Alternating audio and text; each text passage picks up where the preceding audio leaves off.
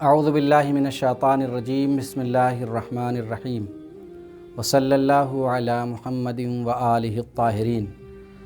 محترم ناظرین، السلام علیکم ورحمۃ اللہ وبرکاتہ۔ ناظرین، آج عظمت قرآن مجید کے سلسلے میں ہمارا 10واں ایپیسوڈ ہے۔ اس سے قبل مختلف جلسات میں آپ کے سامنے قرآن مجید کی عظمت، اس کی فضیلت کے سلسلے میں گفتگو ہوئی ہے۔ قرآن مجید ہمارے لیے رحمت ہے، قرآن مجید ہدایت ہے، قرآن مجید ہمارے لیے شفا ہے، ہمارے دلوں میں جو امراض پائے جاتے ہیں اس کے لیے شفا ہے۔ قرآن مجید میں خود خداوند عالم ارشاد فرماتا ہے، ادعونی استجب لکم، تم مجھے پکارو میں تمہاری سنوں گا، تم مجھ سے دعا کرو میں استجابت کروں گا۔ اور اس کے علاوہ دوسری بھی آیتیں ہیں کہ جس میں خداوند عالم بار بار ہم سے کہہ رہا ہے کہ تم اپنے پروردگار عالم سے مانگو۔ اللہ ہم سے مانگنے کے لیے کہہ رہا ہے، اور ہم خداوند عالم کی بارگاہ میں راز و نیاز سے دور بھاگتے ہیں، پروردگار عالم کی بارگاہ میں دعا اور مغفرت سے دور بھاگتے ہیں، جبکہ خداوند عالم ہمیں دیتا ہے۔ اور کبھی ہم 2-4 دفعہ اگر ہم نے دعا کر بھی لی تو بے صبرے ہو جاتے ہیں اور اللہ سے مطالبہ کرنے لگتے ہیں کہ اللہ نے ہماری دعا کو قبول نہیں کیا، جبکہ اللہ نے دعا کے لیے کہا ہے تو اس کے شرائط بھی اہل بیت کے ذریعے سے ہم تک پہنچائے ہیں کہ دعا کے شرائط کیا ہیں۔ اور بعض دفعہ ایسا ہوتا ہے کہ ہماری دعا بظاہر قبول نہیں ہوتی ہے، لیکن اللہ ہماری دعاؤں کو سن لیتا ہے، قبول کر لیتا ہے، جس کا اثر فوری طور پر ظاہر نہیں ہوتا۔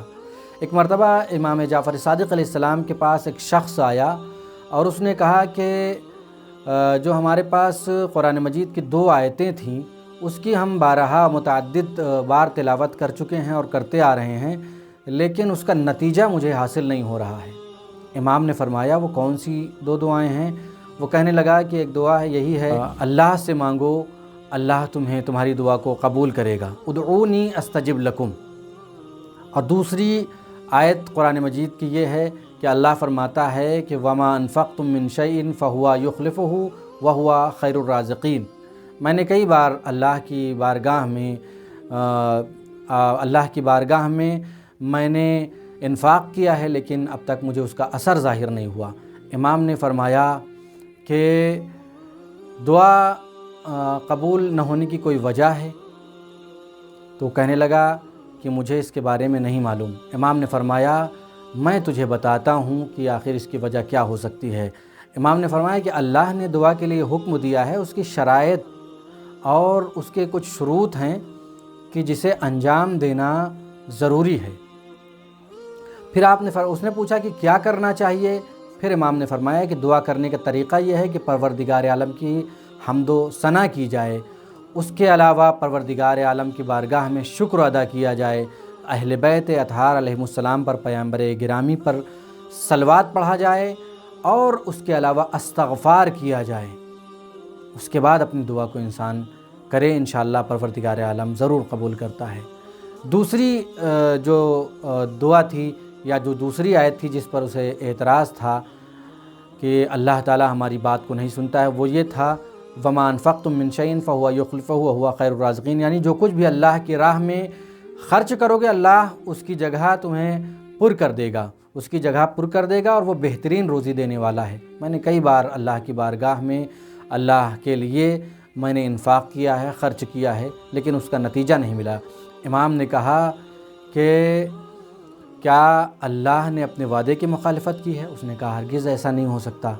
پھر امام نے کہا دیکھو ایسا ہے کہ اگر تم اپنے حلال مال سے پروردگار عالم کے لیے راہ خدا میں خرچ کرو گے تو اس میں کوئی شک نہیں ہے کہ پروردگار اسے اس کے ڈبل، اس سے زیادہ اضافہ کر کے تمہیں دے گا۔ لہذا ہمیں پروردگار عالم کی بارگاہ میں دعا بھی کرنی چاہیے، اور دعا ادب و آداب کے ساتھ، جس طریقے سے پروردگار عالم چاہتا ہے کہ اس سے دعا کی جائے، اس انداز میں ہمیں پروردگار عالم کی بارگاہ میں دعا کرنی چاہیے۔ انشاءاللہ پروردگار ہماری تمام دعاؤں کو قبول و مقبول فرمائے گا۔ پروردگار عالم سے دعا ہے کہ شب قدر میں ہماری تمام دعاؤں کو قبول و مقبول فرمائے۔ اور ہمیں نیک عمل کرنے کی توفیق عطا فرمائے۔ وصلی اللہ علی محمد وآلہ الطاہرین وآخر دعوانا الحمد للہ رب العالمین۔